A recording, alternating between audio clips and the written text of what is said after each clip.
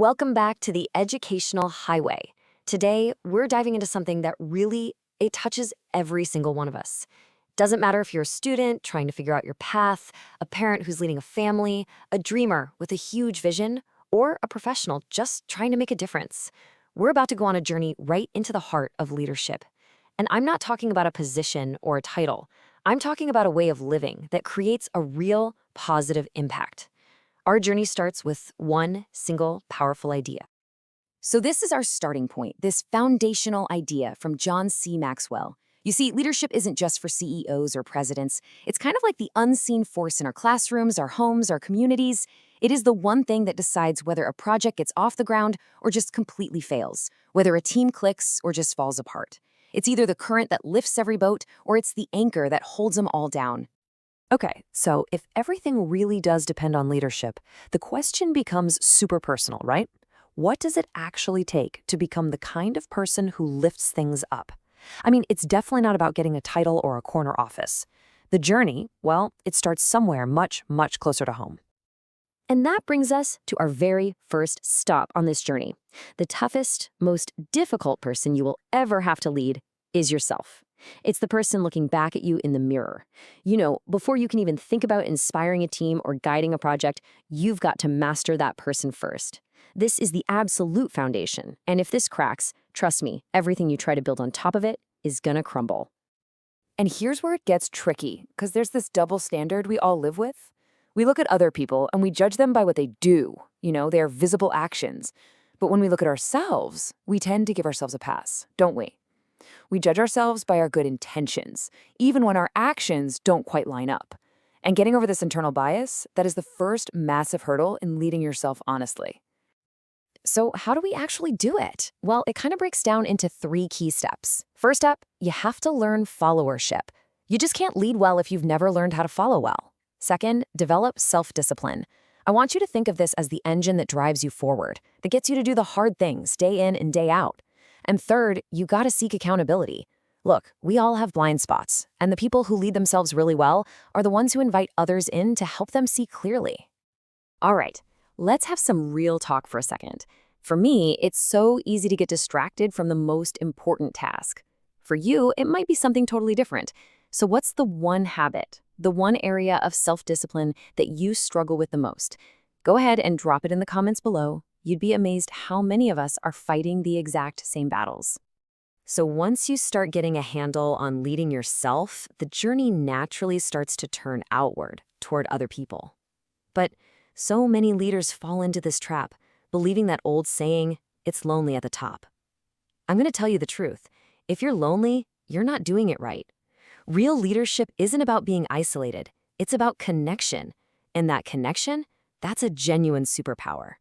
This really shows the two different paths a leader can take. You've got the climber, who thinks vertically, who's above me, who's below me. They're all about position and power. But then you have the connector. They think horizontally. They're focused on relationships, on cooperation, on building real partnerships. Now, the climber might get to a certain height, sure, but the connector, they build a network that can achieve things the climber could only dream of.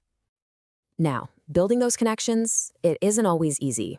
We all have barriers. Maybe it's shyness, insecurity, or even some past hurts. So I want to ask you directly, what's one barrier that you've had to break through to really, truly connect with other people? Your story could be the one thing that someone else in this community needs to hear today to help them break through their own barrier. So please share it with us. Okay, so you start leading yourself, you start connecting with others, and then life will inevitably test you. It just will. And that brings us to our third stage, what we call defining moments. These are the crucibles, right? The moments of intense pressure where your leadership is truly forged, like steel in a fire. These challenges, they aren't just obstacles to get over. They are actually opportunities in disguise. A groundbreaker, that's your chance to go in a whole new direction. A heartbreaker, that forces you to step back and reevaluate what truly matters. A cloudbreaker gives you this sudden crystal clear vision. And a chartbreaker, that's your shot to perform at a whole new level. The key is always how you respond when these moments show up. One of the toughest parts of any defining moment is the criticism that almost always comes with it. When you're out in front, you become a target.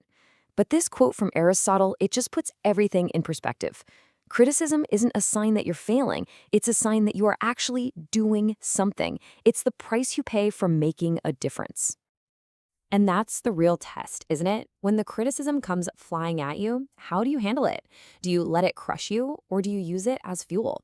Your answer to that one question is going to shape your entire leadership journey. And that leads us to our final and maybe most important destination. After you've worked on leading yourself, after you've connected with others and navigated all those tough times, what's left? Well, it's your legacy. It's all about leading in a way that impacts people long after you're gone. Now, this is a heavy question. I get it, but it's a necessary one. If you had to boil down your entire life, your impact, your character, into just a single sentence, what would that sentence be? And this isn't about some epitaph on a tombstone way down the line. It's about having a guiding principle for your life right now. And this, right here, is the critical distinction. So many people just float through life, accepting whatever comes their way. But a leader, a person of real impact, makes a conscious choice. They don't just accept their life, they lead it with intention, with purpose, and with a vision for the legacy they want to leave behind. And that is the final call to action. And just as a reminder, all the material for this was created by the Educational Highway. The truth is, people are going to summarize your life in one sentence, whether you like it or not. The only question is, will it be a sentence you chose or one that was chosen for you? So the challenge is simple and it's profound. Pick it now.